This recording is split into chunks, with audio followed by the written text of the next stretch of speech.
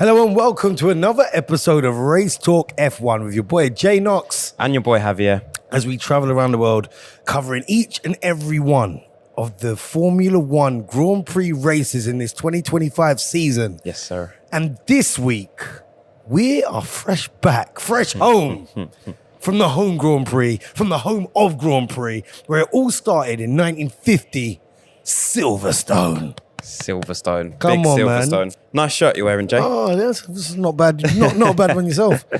Listen, we were giving these away. Over the weekend. What a weekend! What a weekend. I'm struggling to come back to reality, Jay. I'll be honest, man. It was just great weekend of racing. So you had F4 all the way through to F1 at Silverstone this weekend. It was just amazing. So much things going on there at Silverstone. So much to talk about. So much to cover. So much. And I'm feeling good. Yeah, man. I'm feeling good. Is that because we had a British winner at the British Grand Prix? It is. Yeah. It is. Hence the McLaren hat today. Zach Brown gave it to me personally. I was like, yeah, love that. I got to wear it. And I feel like Silverstone might have known something ahead of the race. Oh, look at that. They've put the British drivers on the front. All four. But right in the middle, front and center. It's the main man himself. Lando. Great weekend for him, man. Really good weekend for him. I mean, he won his home race. Yeah. Don't get much better than that, right? And it doesn't. And it goes back to what I said a little while ago, where I feel like he turned a corner. Because there was a time where I thought, Lando and Oscar. Yeah, I mean, and we'll probably get to this conversation. We talk about the championship. But there was a point where I was like, out of the two of them, Oscar's just got the edge. But Lando hasn't put a foot wrong. He's turned into Mr. Consistent and consistently good. Yeah. I love it for him. And I genuinely think he went and he saw a sports psychiatrist and he's just, whatever demons he had, whatever he had going on in his head, he's resolved it now. And he's just being on fire. And you can see it in him. I feel like you can see the hunger in his belly. You can see he's way more composed now. And he's delivering the goods. And that championship gap is getting smaller and smaller. I know. It's barely existent now. It's like, it's under 10 points. It's 8 points. Yeah. The difference between him and Oscar Piastri, which obviously we'll get to. But we were privileged enough to watch absolutely. You know what? We was always like, oh, where did you watch it? Did you have to catch up? No. Didn't have to catch up with nothing. Might have had to watch bits and pieces again and again and again. Yeah. Because so much was going on. So much going on. But from practice 1 to practice 2 to practice 3, like understood a little bit more actually. I think practice 1 and practice 2 sessions, they were practicing with heavier fuel loads, I noticed. Yeah. Like more practicing for the race. Getting race pace data. Yeah. Whereas FP3 was this weekend, and I guess some weekends it's different, but this weekend it seemed like most of the teams were just about qualifying. They were practicing with very little fuel. Yeah. And just going for that pace. Yeah, they were. I found that interesting as well. And you kind of realize they don't do as many laps of that sort of race pace that you thought they would do. Yeah. Because practice is quite long. Like the session's actually quite long, but they're not on track for that amount of time, right? Yeah, there's a lot of sitting around. There's a lot of, like he's just crawling around the circuit. Yeah. There's a lot of flashing lights letting people know there's someone coming. Was it purple light, was it? Yeah, it's like a purpley white light. Just letting people know, look, with like someone's coming through. And it was just, it was a lot, but it was a good chance to see the cars, and it was nice to watch different parts from different parts of the track as well. It was. I feel like they do it quite nice. There's always different drivers out on track. It's never like, all of them are just in the last 10 minutes, they're all out there. It's quite nicely spread out. Yeah. So I feel like it's quite entertaining because you have something at all times. Yeah. When you get to watch these times, boy. So if you've not been to a race, you have to sit there. And even though you're there, it's not like being at football where you're like, okay, cool, I know what's going on. You don't know what's going on half the time. And of course, what you are looking to do is see who's topping the times, who's doing really well. Yeah. Someone who never seems to top the times is Max Verstappen. This guy is, I feel like he almost doesn't care about practice. He doesn't care about practice, man. There's a famous Allen Iverson quote from basketball, right? Where the press ask him about practice and he goes, we're talking about practice? Practice? And then he sort of goes on to say, but when the games come, that's when I perform and that's what matters. And I feel like that's just Max. Yeah. Practice? Yeah. What are we talking about practice for? Your practice is in his bedroom on his sim, like at 3 a.m. before race day. That's when But he it does works. his practice. It works for him, It innit? works for him because look, we saw practice. We saw on the morning of the race, right? Similar to last week in Austria, we were looking at practice. And practice right the way through to the end of qualifying was very different temperatures. They were Yes. worried Yeah, about yeah, the yeah, weather yeah, yeah. difference. Well, boy, Austria was nothing. Like I saw Toto saying, "Yeah, it's really hard. 9 degrees Yeah, from yeah, the yeah. beginning of this to the end of that." Big man, forget all that. Yeah, that was warm up. Austria was warm up for Silverstone because once you got to the middle of England, you saw the different temperatures, the differentials. I forgot what England was like, I'll be honest. 4 seasons in a 'Cause day, bro. we've been having decent weather recently, right? I told you. And oh my days, I couldn't believe it. Shorts, sunglasses, raincoats, and hoodies, bro. Umbrellas. I'm so grateful that I brought an umbrella. I think it's one of the best inventions man has ever done because that saved our life a couple of times. So where we was pretty much stationed backstage of main stage most of the time. It was like a wind tunnel of its own because there was points where it was sunny. I'm standing there waiting to go on stage, and I'm like, why am I getting cold? Yeah. And I realized it's just because the wind is blowing so hard and you're in the shade. And I'm like, this is mad. And I did see somebody pull out an umbrella as they came off stage. Bro, that thing turned inside out like that. So at the same time, there was no protecting you from the elements at this point. And also, in the grandstand, you're not allowed to have an umbrella. No, yeah. So, because you can't obstruct people's views. So it is Poncho City. Yeah. And that's what was needed because we're talking about the whole weekend. It was actually a lovely weekend weather-wise, apart from Sunday. Yeah, it was warm, but even when it was raining, it weren't necessarily cold. No. Like that. It was just nice. It was warm, and everyone was good vibes. Yeah. Everyone was absolutely good vibes. Yeah, no, definitely. On Saturday afternoon, like we were talking about Max pulling it out the bag. Yeah. Like that moment when he pulled it out the bag and put in that incredible, because all the way through practice, Ferrari looked good. And you thought, Lewis is having a good weekend. Ferrari in general. And we're sitting there thinking, they need this. We need them to look good. Yeah. And they did. Even in Q3, there was a point where Lewis, he split the two McLarens on the first sort of quick run. Split the two McLarens and put himself in P2. And I was like, it's on. It's on. It's on. We knew from early it was going to be a good race. Yeah, we did. But everyone prays for rain and they say, rain will spice it up. It is Silverstone at the end of the day. We've seen it before many a time. Yeah. But I don't think anybody really expected what we got. No. Yeah, you're right. And that Max P1 sort of qualifying lap. So we were sitting in the grandstand watching it, right? And you could just see the TV screen and a bit in the distance. And there was just a shot of Max sitting in the car, in the garage, right? Waiting to come out.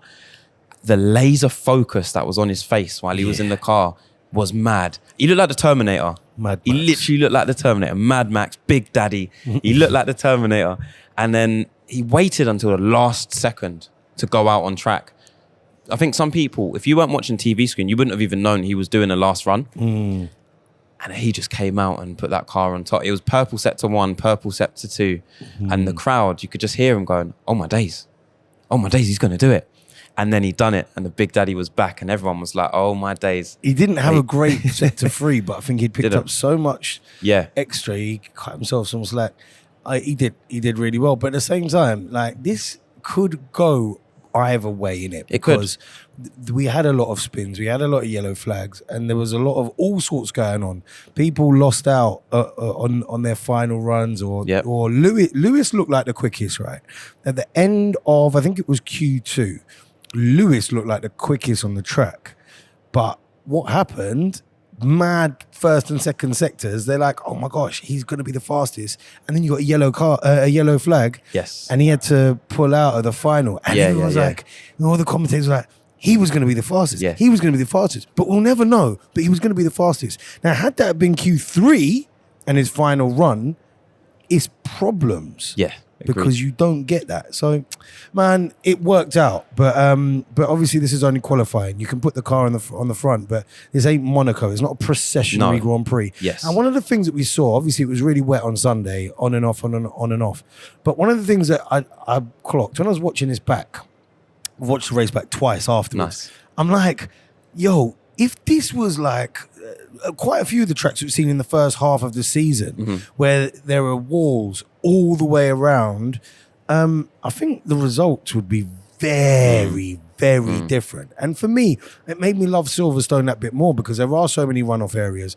There were cars banging it through the gravel. It was great. Like it made me love that more than I think some of the cool places that they go racing, but Street circuits. But the street circuits that just don't have that kind of space. No, This was nice. And it was nice because you could see multiple corners from wherever you were sitting. So it's like if you sat on one corner, you could see 4 or 5 corners in the distance, right? And that was nice. Yeah, that was nice. Made a difference, man. It made a difference. So we went into this race with Max on pole. As great a run as Lewis had, it was P5. Again, we looked and these cars were being split, but he was on the set. You know me, I like to see my cars qualifying together, but it was P5 and P6 for the Ferraris, the two of them on the same row. Now, when we got to the start of the race, we had already been through about 3 seasons for the day. Like, we got to main stage at like 9 in the morning. The race is like 3 o'clock in the afternoon for context. Yeah. I think we were leaving. We stayed on site. We did, yeah. So, listen, when I was younger, I always wanted to go camping.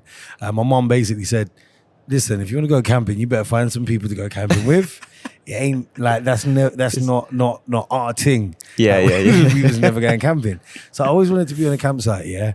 Listen, when I got to Silverstone, I was like, well, obviously we've done bear festivals. And I'm like, don't love this camping idea as much as I did when I was about 8. Like the practicalities snuck in now. And fortunately enough, we were in a motorhome. For me, this was the perfect in between of being camping and having your 5-star hotel. This was the proper. This was a fair medium. This was breaking me in. I might have to camp next year, but this is breaking me in. I don't think you got it in you, bro. I'll be so real. No, man, this is breaking me in. It's breaking me in. It's nice to have an oven and a kettle. I'd pay good money to see you sleeping in a tent over that, bro. But big up everybody who did, because so many people come from so far, and that's the way to do it, really and truly. You know, I'm talking about all this stuff, but these are luxuries, and so many people stay in Milton Keynes, like 20 miles away, 15, 20 miles away, and the journey in the morning is a mad thing. Traffic. But there were a lot of people that camped there, and they were there at 9 a.m. when we got to main stage to give away prizes. Those are the real fans, innit? The hardcore, proper real fans. Early. They're there for their team. They're there for their drivers. They're for everyone as well. Enough respect.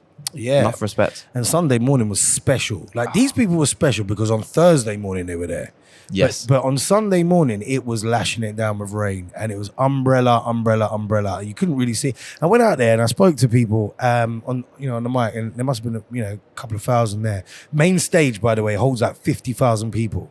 You speak to the people that are there. It doesn't look like a huge crowd. It's like 1,000, 2,000 people, 9 a.m. on a Sunday morning. And you said, "But how are you feeling?" And they were loud. They were loud like it was almost 50,000 people. Yeah. That stage is amazing.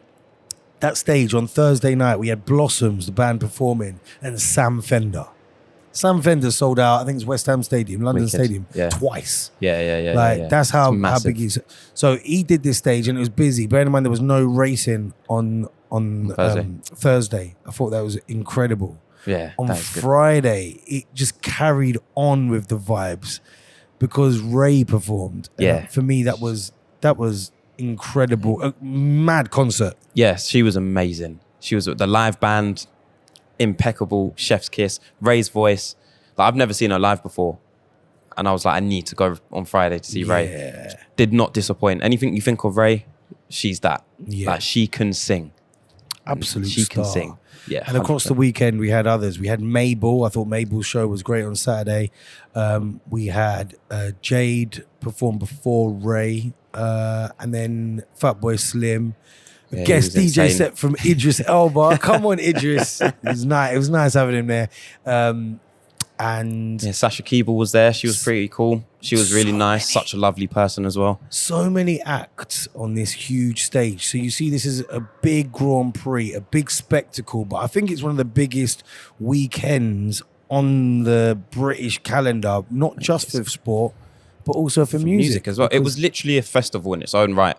Like the acts that you had, the DJs that you had on during the day, it was amazing. Yeah. It's actually its own festival, and it was so many DJs were there as well, by the way, because there were so many stages, so many fan areas, so many hospitality tents. So big shout out to all of the entertainment, like from Lethal B, who was like Bizzle was performing on like Friday or Saturday night in one of the hospitality areas, right away through to, I don't know, Tony Perry, who played at Wembley when we was coming when we was there for Crystal Palace in football, completely different, but it was just the best of the best, man. So big shout out to everybody who was part of some of the entertainment over the weekend. Yeah, indeed. But back to the racing, Sunday morning, these thousands of people were there. Yes, early, and it was lashing it down with rain. But come 11 o'clock, 12 o'clock.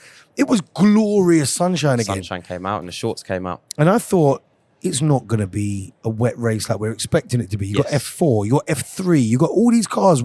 I mean, I think, was it the F3 that got red flagged? It was the F3 that got red flagged, yeah. It was mental out there. It was mental. Racing at 10 in the morning. Yeah, all you saw when they drove past was just sprays of rain just covering the entire track, and you could not see nothing. Yeah. But we got to F1 time. And it was glorious sunshine. I think we was in the Hilton at this point in some of the hospitality right on the grid. Starting grid. So we were opposite the garages, and we were there, and they did this formation lap, and I was like, okay, cool.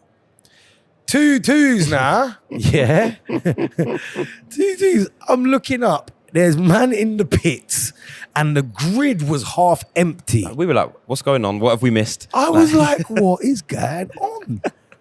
Because I can't remember seeing like 5 cars in the pits. Yeah. Like choosing to start from the pit lane. Yeah. And this is because they're going around on the formation lap trying to work out, is it dry enough to change into slicks? It's something like what I've never seen before. And I thought it was absolutely insane, because as soon as they took off, right, on the formation lap, as soon as they took off, all I could see was sprays of water coming up in the air. And I was like, there's no way. I could see it visually. There's no way you're driving in slick tires when I can't see you lot driving down the straight. There's that much water on the track. Turn 1, it was like, man, can't see nothing. It was an absolute blur. Didn't make no sense. So now you've got like 15 cars on intermediates and 5 that have gone off. And, slicks. Yeah, it was quite a sight. And it's like you're ducking between the commentary, just trying to work out exactly what was going on. Yeah. But I think some of the cars, I think, decided to take obviously a bit of a risk. Yeah, so it was Leclerc, Russell, Behrman, Bortoletto, and Isaac Hadjar. Okay, cool. These lot decided to take a risk. And I mean, I wonder how they decided, like who's drawing the short straw here from the team that's going to take the risk. It was never going to be Lewis, was it? I thought it would have been Lewis. To take the risk, yeah. Yeah, because Lewis is the sort of person that will take the risk and drive in a condition, so drive on slicks in wet conditions. But one thing that came out like just at the beginning of the race, as much as everyone's like, yeah, Lewis in the wet at Silverstone, blah blah blah. Yeah. He don't love this Ferrari in the wet. Yeah. And to be honest, if this weather had been what it was, and Lewis was in a Mercedes, I think the whole result might have been a bit different. But he wasn't. He was fighting this car at quite a few points in the wet, wasn't he? Yeah, you weren't happy. You weren't happy this weekend. He almost done it though. Yeah, almost. But wasn't to be a win for him. But at the same time, can like Ferrari take some positives out of this? Because really and truly, it's his joint best result. They could take positives for Lewis, but I think overall it was a shambolic weekend for Ferrari. Obviously, you got Leclerc, who ended up finishing in 14th, which disaster class. All right, so absolute disaster class. Here's the thing now, Go on. We always talk about the Ferrari mechanics having like an awful time. Like they just ain't got it yet. Ain't got the hang of it yet, whatever. Now, I saw something with Fred afterwards saying that they didn't know where Lewis was. Oh, mate, they said they lost the GPS for half the race. It's like, what are you guys doing, man? Now, firstly, from a tech perspective, what are you doing? Secondly, what if they lost him for half the race and couldn't tell him what's what, and he just drove himself to almost a podium position? Yeah. Maybe you just need to leave these drivers alone a little bit more, because if they knew where he was and they told him what to do, maybe he'd have been down with Shah in like 13th, 14th, 15th. But I What's don't one think it would supposed to surprise me think? because I think that probably they couldn't decide what pit strategies to do with Lewis because they didn't know where he was and how he was going. So yeah, they just left. Yeah. Oh, it's mental when you put it like that. So while we're That still is talking about absolutely mental. Lewis's race, he obviously got up into fourth position, and then Yeah. pitted. Like Hulkenberg was in third, he pitted on lap 42. Yeah. right. So 10 before the end, he decided to pit and go for soft slicks, right? And you got people like Oscar saying it's not slicks yet, it's too wet. And then it was like, oh, it's okay, except for the last two corners. It was like, is it slicks or is it not? So he's taking the risk. And he's caught Hulkenberg back up. Like he was like only 4 or 5 seconds behind Hulkenberg. Yeah. Mad. Yeah. But he did, as soon as he did pit though, he did come out and he did go straight off track when he pitted for slicks. Cold slicks on the wet slicks circuit. of the wet. And yeah, I think they all went on to slicks way too early. Yeah. Which I thought was mad because you had George who pitted on slicks I think it was lap 39 and he was in P7. And then he just ended up looking like a Beyblade. Like boy. he done like a double 360 spin Now, and went off track. if we was anywhere else, he would have retired there and then. Oh, red flag. The race would have been red flagged. Yeah. Red flag, red flag. I'm in the track. It would have been all of that. It would have been all of that. Bro, yeah, so Silverstone, it makes for good racing then, though, because you could get away with Max it. finished the race. Max might not have finished the race if we had walls along all, because he spun, what, twice? Twice, yeah. And Max, say what you like about him, this guy is an elite driver. So when you see him spinning out there and not being able to hold it, like completely his fault, like no one else to blame. Like this is mad. I'm blaming Piastri for the first one, though. Oh yeah, 100%. Max and Piastri. I'd love to see them as teammates. I'd love to see them both at Red Bull. Piastri is just Red Bull material. I don't know after this weekend, you know. He is Red Bull material. I don't know, man. No, I don't man. know. Piastri's about winning. Piastri was in a Piastri finished second. We're going to talk about this, but he was in a bad mood, bro. He was in a foul mood. Red Bull material. He just had a bad weekend, didn't he? Come the end of it, I don't think he did have a bad weekend. I think he finished second. I think he's retained the top of the driver's standings. It's not a bad weekend. It's not a bad weekend, but I think he lost a lot of aura points this weekend. I think that's why I'm saying it was a bad weekend. He lost a lot of aura points, let's say. I think he's getting a lot of stick from people this week. So obviously he got a 10-second time penalty for braking under safety car conditions. So do you think it was wrong for him to Absolutely. There's a clip of Hulkenberg's car, and I think he was down in fifth at the time. And sort of the brake trail went all the way back, and Hulkenberg had to take evasive action all the way down in fifth. And he kind of almost went out the track, and he almost took Stroll out. So I think it was very dangerous what he did, especially in the wet. Like he could have written off half the grid. Yeah. Like if Hulk had crashed, half the grid's probably then going into the back of him. Yeah. Because the visibility is already still poor. Braking temperatures, tyre temperatures are low. Yeah, it was dangerous. He was absolutely in the wrong. And he just didn't seem to see it.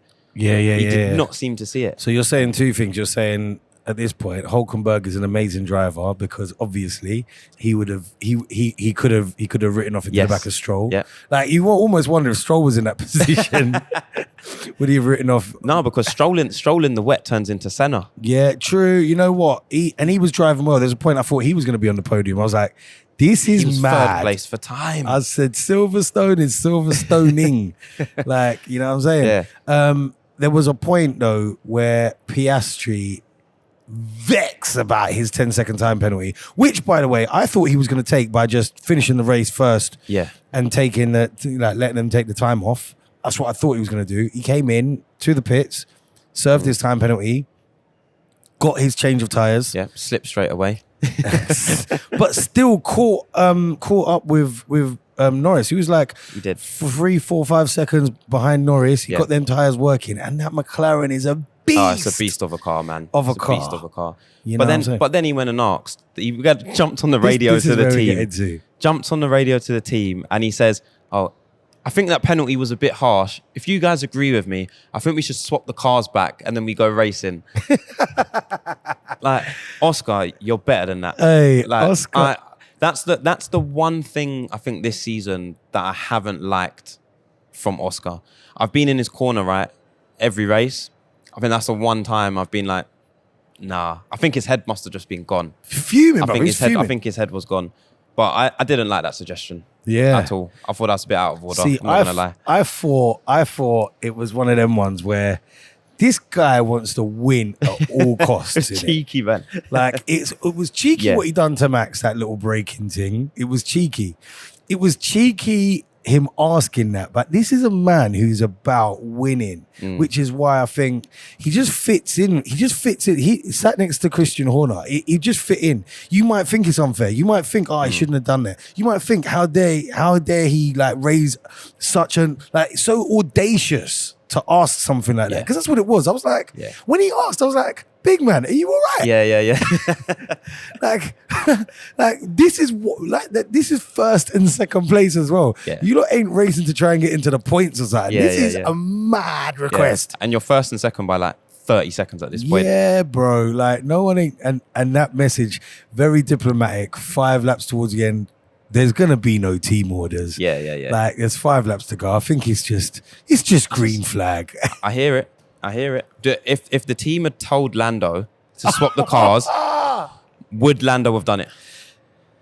I think Lando. Oh, I don't know. I don't think he does it. You know, I think we had was it earlier on this season? No, it was at the end of last season when Lando tried to prove the point when they asked Piastri to go ahead of him, and Lando waited until like the last lap and kept Piastri behind because he was vexed at the team orders. Okay. I think last year was the last year he said, this is the last time I'm going to do it, guys. Okay. There's no way in his home race, 5 laps to go, he's given up the lead to a race. There is absolutely no way. I hear it. Absolutely no way. So it's really it's just the audacity of Oscar to even ask that kind of question. Your home race? Yeah. No. Mad. No, I would have done a Max. I'm taking him out as he goes past me. We're both not finishing this race at this point, is it? Nah, mental. But a great weekend for McLaren. Even though afterwards he was like in his interviews, he's like, apparently you're not allowed to brake behind the safety car no more. And then he's like, I'm not going to say anymore. I'm going to get myself in trouble. He's also got in trouble with all the Lego fans that's out there. Go on. So it was in one of the drivers' interviews after. He turned to Hulk and he said, "Oh, how do you feel that your first podium after 250 races, you've been given a trophy made out of Lego?" Oh, muggy. So Hulk came back and said, "Well, actually, I love Lego, and my daughter loves Lego too, so she can play with it."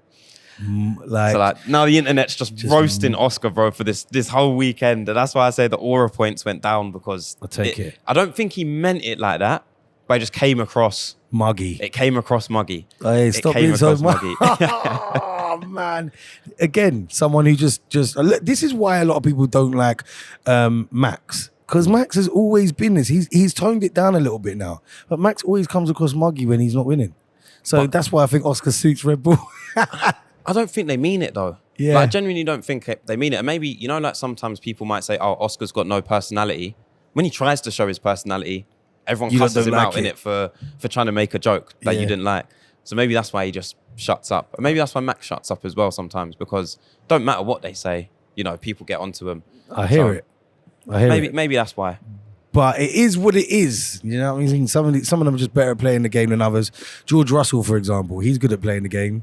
He comes, says what people want to hear, says what he thinks he should say. I think he's like PR perfect. Yes. Yeah. Cut it, and you know, it was nice to have him on our stage, and he came. And you met him, didn't you? Yeah. We interviewed him in front of myself and Abby McCarthy. Interviewed him in front of the fans over there, and nice. you know, he was happy to be there. What was his race like? Because it was, we talk about George as being incredibly consistent this season, but he didn't have a great race this weekend. No, so even he managed to get in the points still. We finished P10, but it weren't without his trial and tribulations. Like we said earlier, you know, he pitted early to get on slicks, ended up spinning like a Beyblade, almost took himself out. But he still managed to get points. But overall, not a great weekend for him. Obviously, he started in 4th, I think it was, and ended up P10. So these qualifying results, have, you know, like when you go Monaco and you're I've watched Saturday, I I know what almost the race is going to be. you can know what's going on in this race. Yeah, this is, and I think this is one of the reasons why Silverstone will forever remain beautiful. Yeah. You got man qualifying 1st and 4th, finishing 5th and 10th. Yeah, it's mental. You got man qualifying 19th. 19th place and getting on the podium. Aye. Nico Hülkenberg. Aye, My listen. guy. 37 years old. I didn't even realize he's been in Formula One, Yeah, like understated, since 2010. He's just been mental. doing his thing quietly. And you know what? It left me thinking this morning is like, when we've been looking for new drivers at big teams, Why why are we going to rookies? Like, great for the rookies and stuff, but why hasn't Hülkenberg been picked up by Mercedes, for example, to take their second seat? I really don't know. I really, really don't know. I mean,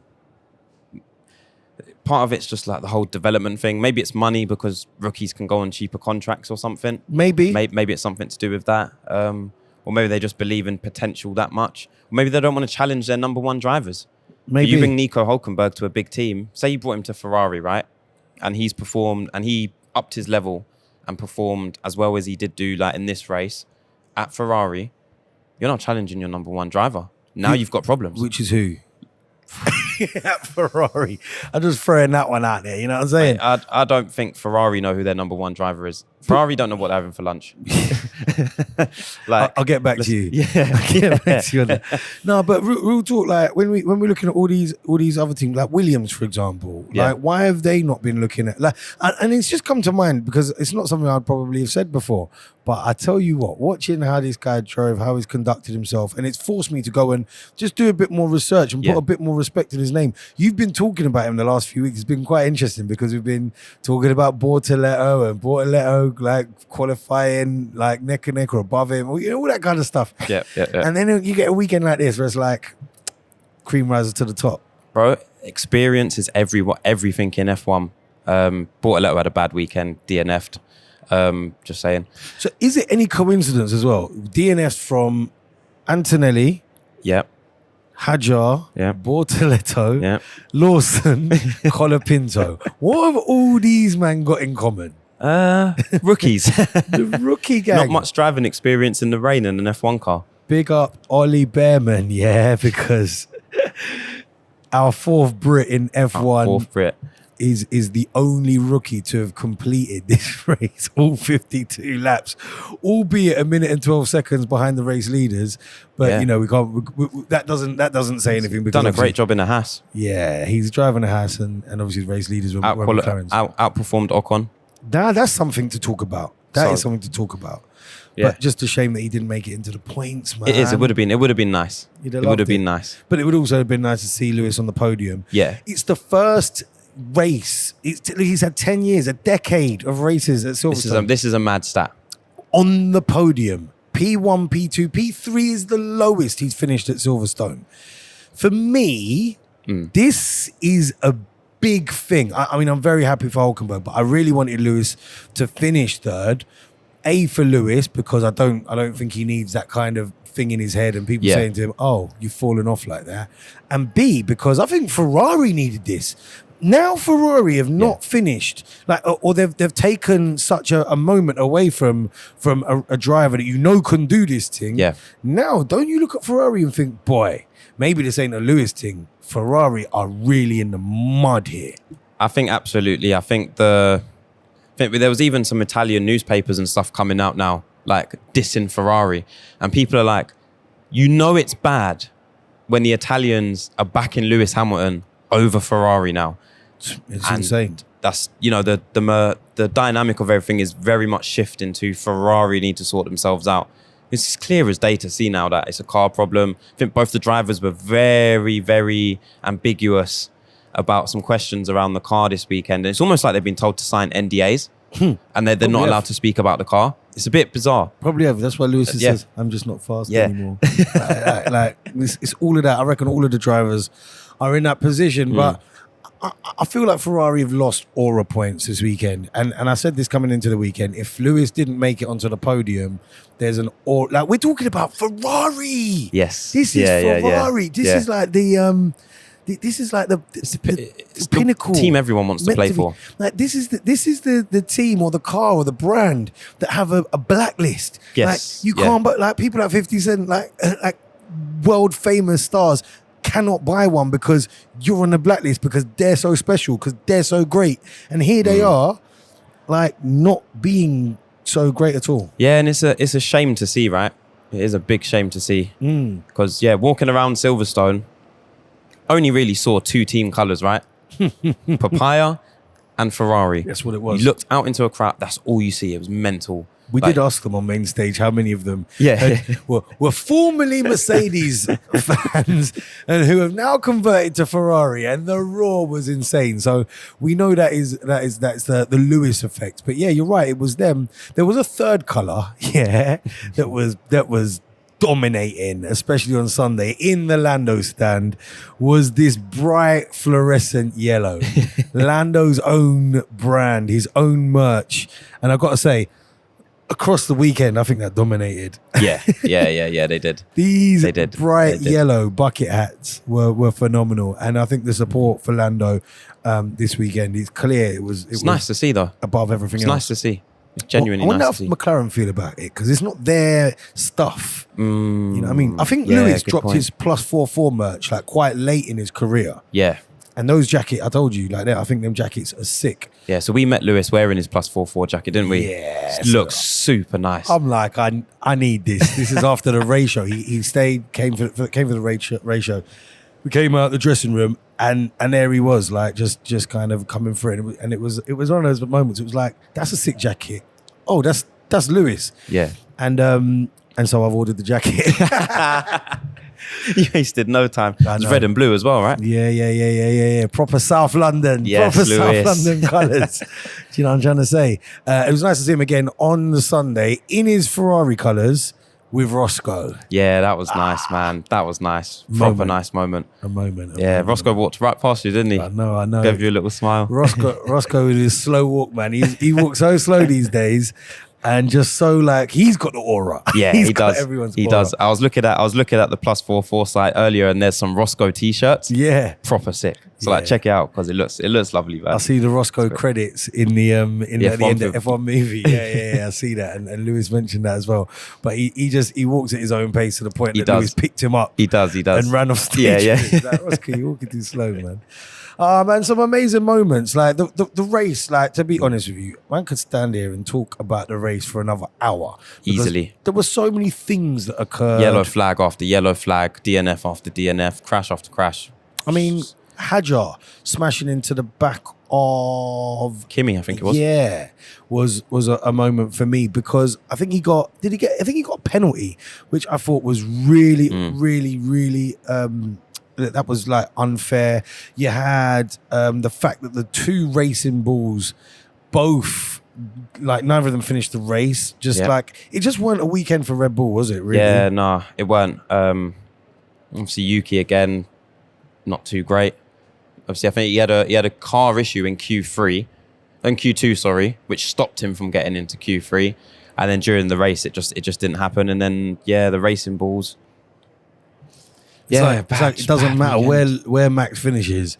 You can just almost expect these days Yuki to be like best part of 7 or 8 places behind. Yeah, it's just a. But it's testament to how good of a driver Max is at this point. I don't even think anyone thinks Yuki's a bad driver. They're not questioning it anymore. No. I think it's just showing off how great Max is now. Yeah. I think. And you know what? I think people's opinion of Max has started to change this season.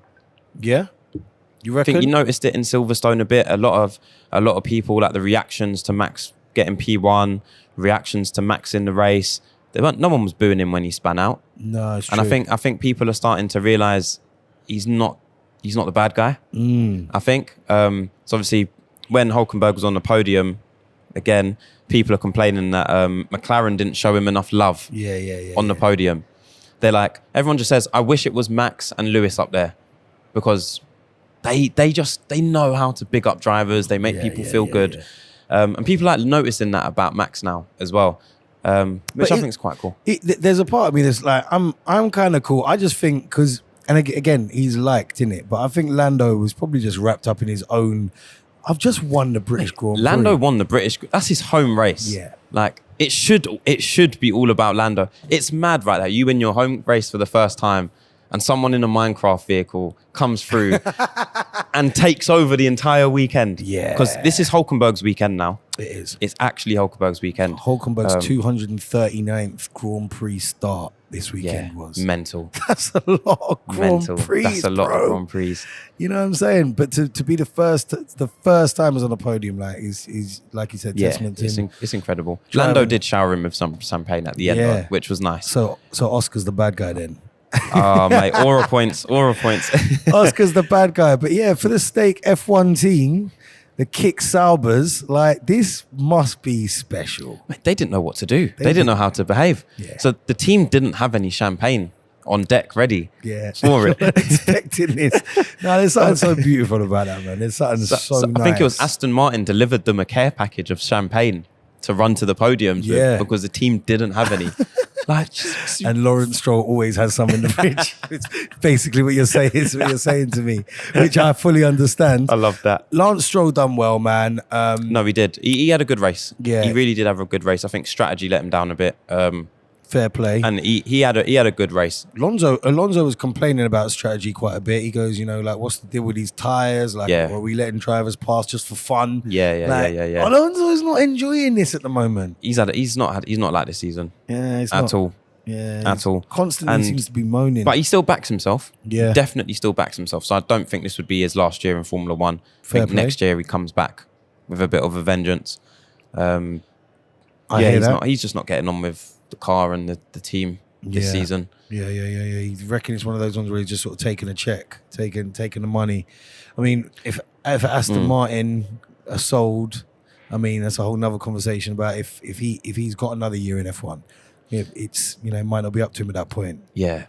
No, he stays. He stays. He loves racing. Say less. He loves racing. I'll tell you who else I thought drove well and had a good weekend and was highly regarded as being in the slowest car this weekend.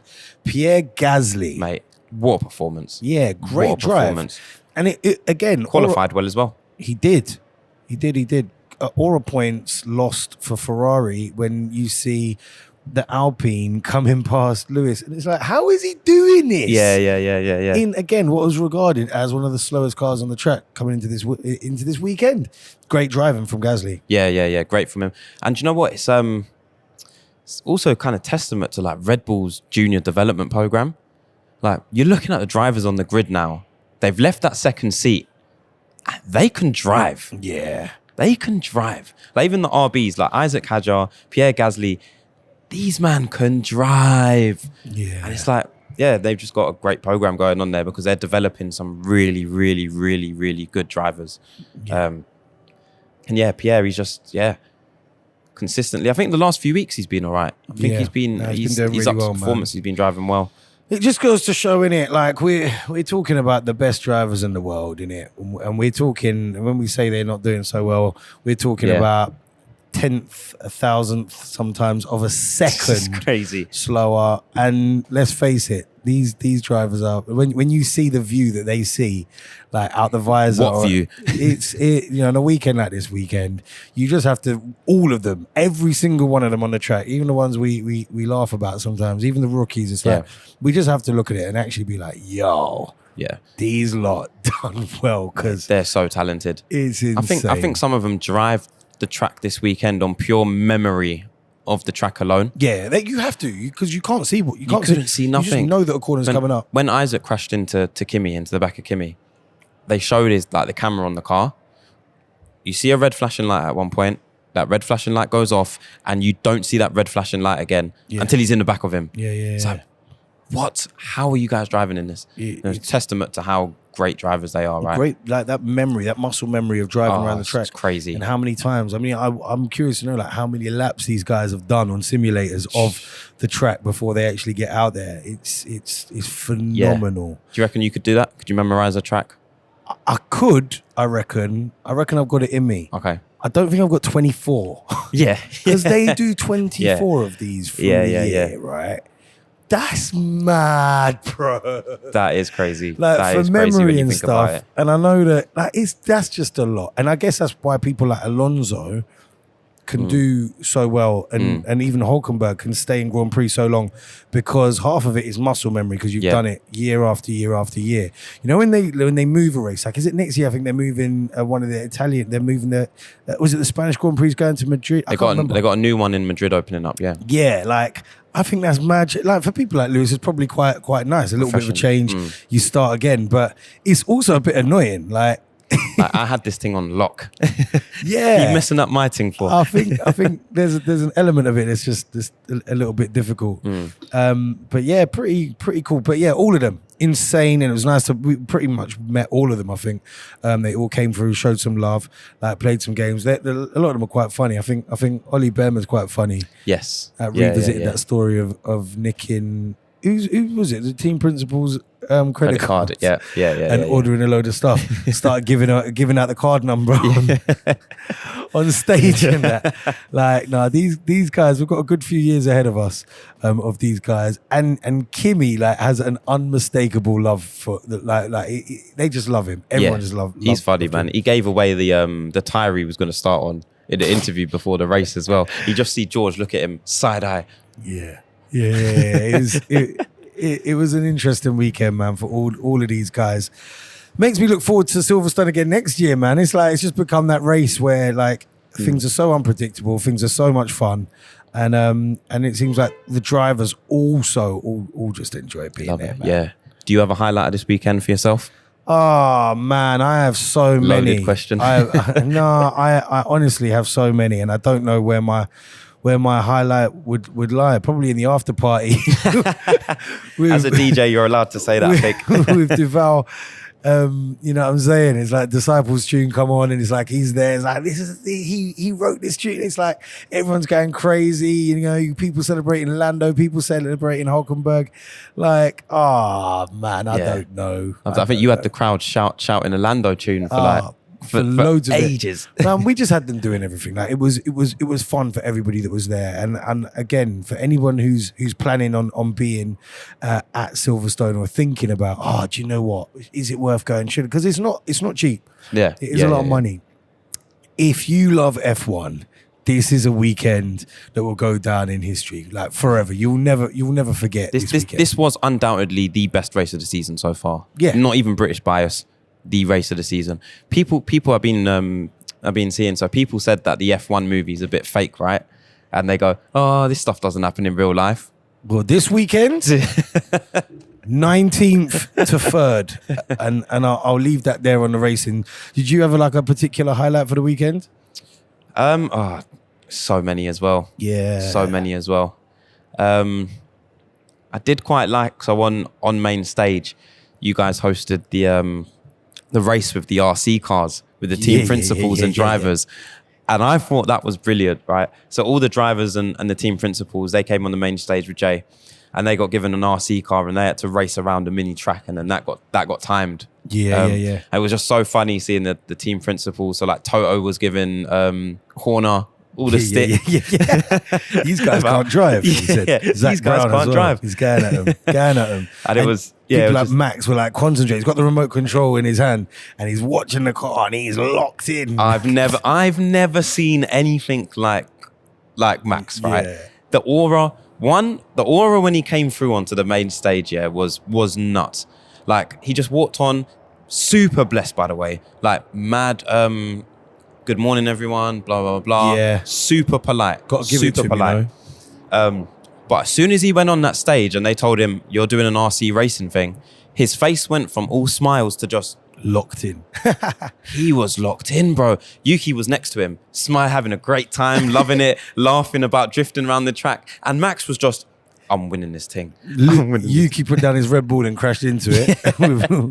Knocked it over. Honourable shout out to Valtteri Bottas as well. Yes. And Felipe Drugovich. They came through and they raced on the simulators against people from the crowd. That was fun. Yeah, live, so everyone could see what was going on. Yeah. And they were there. That was proper blessed. Bottas was like, yes, my first win of the season. He's funny. He's funny. He's a great guy. Everything you see of him on Instagram, it's like, it is him in real life, isn't it? Like, he was like that. But yeah, honestly, look, from start to finish, we got there on Wednesday night. I think I arrived, and then was with fans from Thursday morning. Right, no, actually, from Wednesday night. Wednesday night was going off in the campsite next door, boy.